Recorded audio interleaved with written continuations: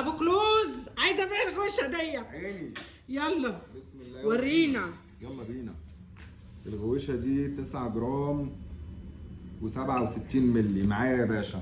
اوكي. سعر الذهب دلوقتي 6040 جنيه عيار 21، نضربها في 6040 جنيه.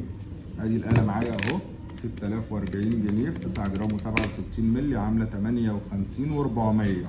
هيتخصم عليها 2%، هتبقى عامله 57240. ده بعد الضريبه.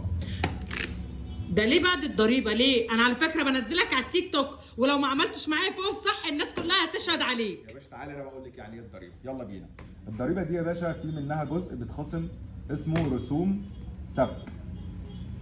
اسمها عندنا في السوق اسمها فرق كسر. يعني الغوشه دي يا جماعه لما بتنزل الصاغه بيتجمع الدهب كله وبيتسيح، فطبعا وزنهم بيقل حاجات بسيطه. فالكلام ده هو دي اسمها رسوم السبك.